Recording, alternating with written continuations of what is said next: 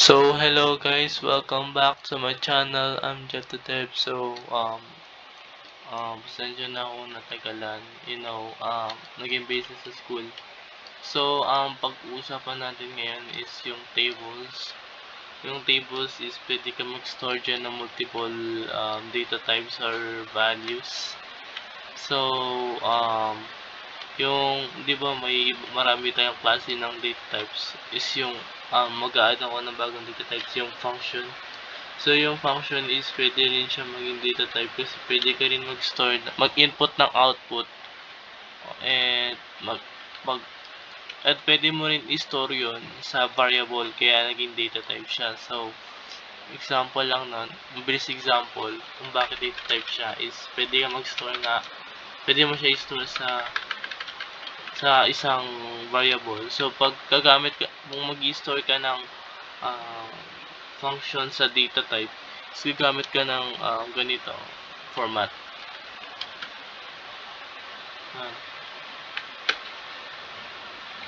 Yung dito, wala siya kasi since yung data is parang ang ibig sabihin nito is nilalagay niya na lang dito yung sa blanco na yan.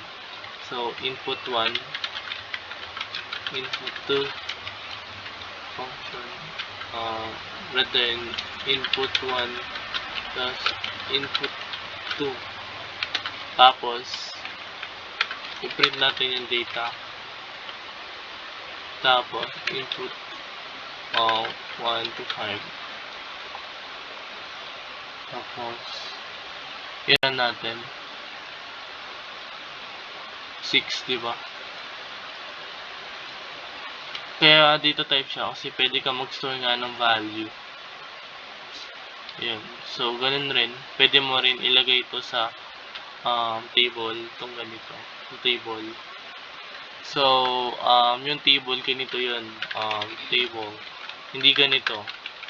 Kasi, iba yun, isang keyword yun na, pag ginamit mo kasi yung ganito, parang, ibig sabihin, kapag may gusto kang manipulatein sa table, like, remove,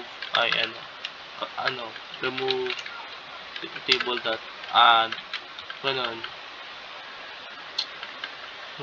So, sa table, yun gamit nga yung sinabi ko, pwede ka mag-store ng number to characters, ay strings pala, but characters yan sabi ko, strings. So, like,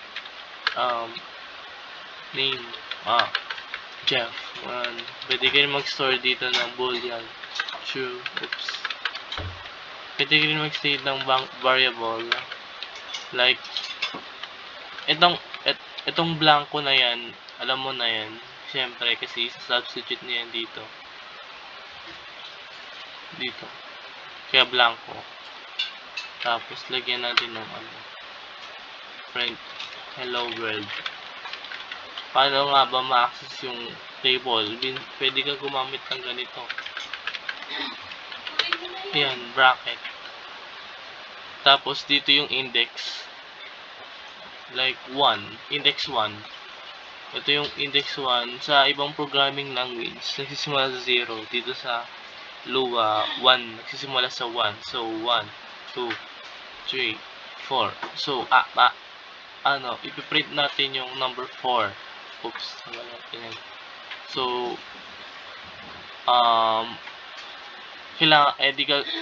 yung 4 is kailangan mong gagamitan ng dalawang pagtatawag ka ng function. So, print table 4, tapos yan. Kasi nga, function yan eh. Pag function, may dalawang ganyan. So, i-print natin yan. Ayan, hello world. Kasi pag wala kang ganyan, ibig sabihin, parang ganito lang yung ibig sabihin yan pag wala kang ganito. Yan. Pag ganyan lang, hindi siya gagana. Diba? Ibig sabihin, nire-reference mo lang yung function. Memory ng yung function kung saan siya nakalagay. Ito yung memory kung saan siya nakalagay. So, para matawag natin yung function is, gagamitin mo yung dalawang open and close bracket. So, ganito lang sabihin yun pag hindi ka nagtawag. Add something, return, nil. Ganito lang yan. Add something, pero walang ganyan. Parang ganito yung yung ibig sabihin. Kasi di mo siya tinatawag pag wala kang dalawang ganyan. Kasi may pang-apat, diba function? So, pag function, kailangan mo gagamitin ng ganitong open and close bracket. So, yun lang naman yung sabihin ng table. Basically, nag-store siya ng iba't ibang values or data types. Maganda nito gamitin sa ang best example dito yung pag-save ng data. Kasi pwede mo ilalagay lahat, pwede ka maglagay ng data dito sa table. Let's say gusto mo i-save itong data. Ilalagay mo siya sa table, tapos gagamit ka ng what you call this yung data store service. Parang ganun, para i-store yung data. So, malalaman nyo na rin yun pag nasa advanced series.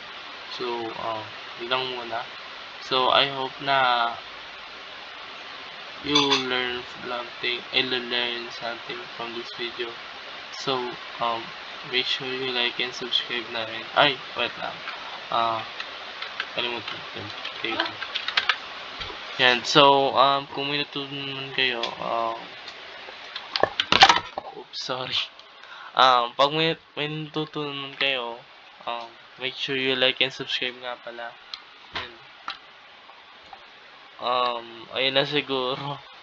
So, never stop learning kasi in the future madadalian na lang kayo gumawa ng laro. So, yun lang.